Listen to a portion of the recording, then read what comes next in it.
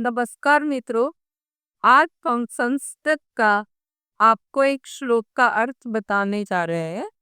यह नारायण पंडित द्वारा रचित हितोपदेश नामक ग्रंथ से लिया गया है। नारायण पंडित ने पंचतंत्र और अनेक नीतिपरक ग्रंथों की सहायता से एक ग्रंथ हितोपदेश की रचना की है, जिसमें अनेक शिक्षाप्रद और प्रेरणादायक कहानियां और श्लोक हैं। उसी से हमने ये एक श्लोक लिया है। इसका सारांश है कि बिना परिश्रम के मनुष्य को जीवन में कुछ भी नहीं मिलता है। अगर हमें कुछ पाना है तो हमें उसके लिए परिश्रम को अपना भी पड़ेगा। और जो संस्कृत के श्लोक हैं ये हमें कभी कभी काफी कठिन लगते हैं, तो हमें श्लोक का अक्षरशः मीनिंग अर्थ जानने की आवश्यकता नहीं होती है। हमें उसका बस एक सारांश समझना चाहिए। धीरे धीरे जब हमें संस्कृत भाषा का ज्ञान हो जाता है, हमें वो इतनी सरल लगती है कि हम हर श्लोक का अर्थ अपने स्वयं से भी बना सकते हैं। और मैं आपको व्याकरण से संबंधित संस्कृत के शब्दों के अर्थ बताऊंगी, क्रिया बताऊंगी, कितने लिंग होते हैं और कितने वचन होते हैं। आप मेरे वीडियो देखते रहिएगा। आज हम इस प्रेरणादायक श्लोक का अर्थ जानेंगे।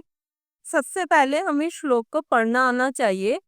जब हम श्लोक को एक बार, दो बार या तीन बार पढ़ते हैं तो हम उससे परिचित होते जाते हैं। इसलिए जो भी हम श्लोक का अर्थ जानना चाहते हैं, हमें उससे पहले परिचित होना चाहिए, तभी हमें उसका अच्छे से अर्थ समझ में आता है।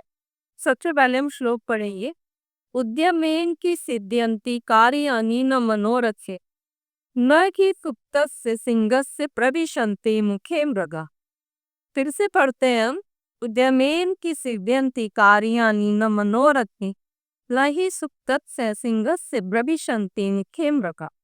हमने इसका अन्वय लिखा हुआ है। अन्वय का मतलब होता है बाकी के रूप में श्लोक को लिखना। जैसे इंग्लिश की कविता कोई पोयम होती है, पोयम को अगर हम एक लेसन के रूप में लिखते हैं तो हमें आसानी से समझ आ जाती है। तो हम अब इसका जानेंगे।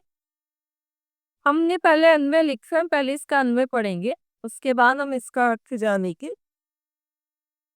जो भी श्लोक में अर्थ है उनको हमने व्यवस्थित करके वाक्य के रूप में लिखता है। अलग से कुछ कुछ शब्द हैं जिनको मैंने ब्रैकेट में लिख दिया। उसका मतलब है कि ये हमने एक्स्ट्रा वर्ड्स लिखी। कार्याणि उद्यमे ही सिद्ध्यन्ति मनोरथै न, इसके साथ भी क्रिया आएगी सिद्ध्यन्ति। ये कर्ता है और ये क्रिया। ठीक है, इसका अर्थ हो गया कार्य। कार्य मतलब हमारे काम। सब परिश्रम से ही पूरे होते हैं। सिद्ध्यन्ति मतलब पूरे होते हैं। मनोरथई मतलब मन में सोचने से नहीं, ये हम अपने मन से क्रिया इसके साथ जोड़ेंगे। मन में सोचने से पूरे नहीं होती। फिर से इस लाइन का अर्थ जानिए। कार्य मतलब हमारे काम, जो भी हम कार्य करना चाहते हैं, जो भी हम जीवन में सोचते हैं, वो सब हमारे काम परिश्रम से ही पूरे होते हैं, मन में सोचने से नहीं।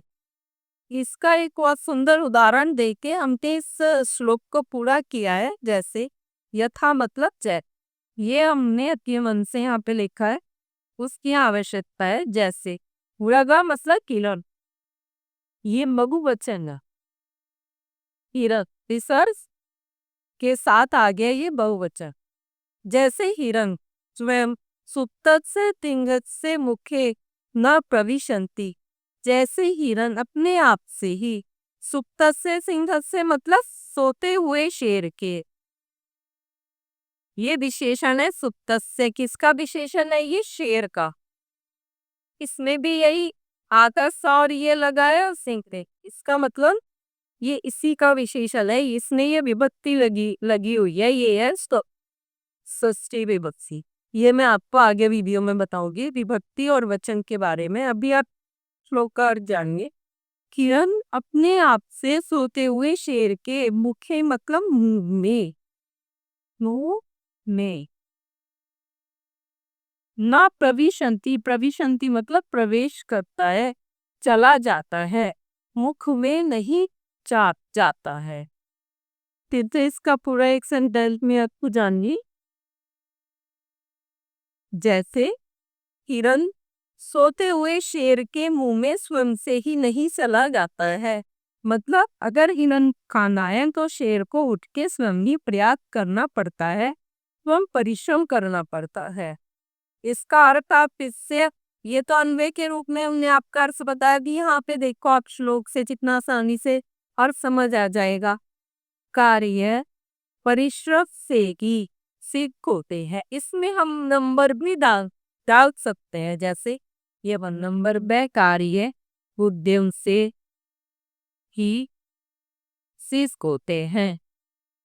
मन में सोचने से नहीं सिद्ध होते। ये हम सिद्धि दोनों के साथ ही प्रयोग कर। मन में सोचने से ये सिद्ध नहीं होते। क्या कार्य? कार्य हर जगह पाओ मत। कार्य परिश्रम से ही सिद्ध होते हैं। फिर से हम यह कार्य का प्रयोग कर सकते हैं। कार्य मन में सोचने से सिद्ध नहीं होते कि सैली लाइन कर किए गए। नहीं सुप्तस्य सिंहस्य प्रविशन्ति मुखे मृगा। तो सबसे पहले हम किसका अर्थ जानेंगे? मृग बताती है सोते हुए शेर के मुंह में नहीं प्रवेश करता। तो मतलब सोते हुए शेर के मुंह में हिरन ढंग से प्रवेश नहीं करता है, उसके लिए उसका शेर को परिश्रम करना पड़ता है। तो इससे इसका अर्थ क्या हुआ? इससे हमें क्या प्रेरणा मिलती है, क्या शिक्षा मिलती है कि हम इस जो भी हमारे काम है वो तभी परिश्रम से ही पूरे होते हैं। क्योंकि इतना बलशाली होते हुए शेर को भी उचित परिश्रम करके ही अपने खाने की व्यवस्था करनी पड़ती है। उसका खाना भोजन क्या है? हिरन। उसे हिरन को फिर मारने के लिए खाना पड़ता है। धन्यवाद। आशा है आपका हर चीज को सरल समझ में आ गया होगा। अब मैं दूसरे श्लोक के साथ अगले नेक्स्ट वीडियो में आती। Thank you.